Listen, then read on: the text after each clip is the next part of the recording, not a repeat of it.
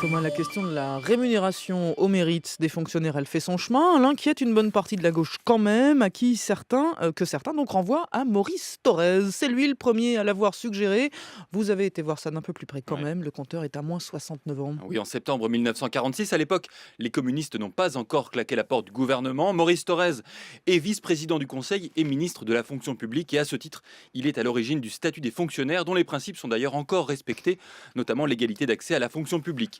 A choisi le roi, chez lui, Thorez vient convaincre les électeurs de voter pour la nouvelle constitution, celle qui fera naître la 4e République, et il tient des propos qui résonnent curieusement avec l'actualité quand il aborde la rémunération des fonctionnaires. Le son n'est pas parfait, mais il mérite que l'on tende l'oreille.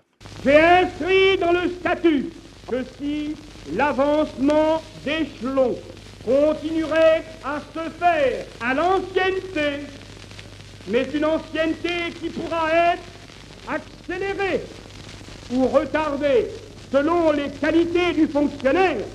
Voilà, ancienneté qui peut être accélérée ou retardée selon les qualités du fonctionnaire. Absolument. Thorez Macron, même combat alors. Alors certains auteurs libéraux tels Michel Godet se plaisent à souvent citer Thorez pour justifier la rémunération au mérite des fonctionnaires, pour dire que c'est un vieux débat, que même les communistes y étaient favorables, et à quel point on est en retard aujourd'hui.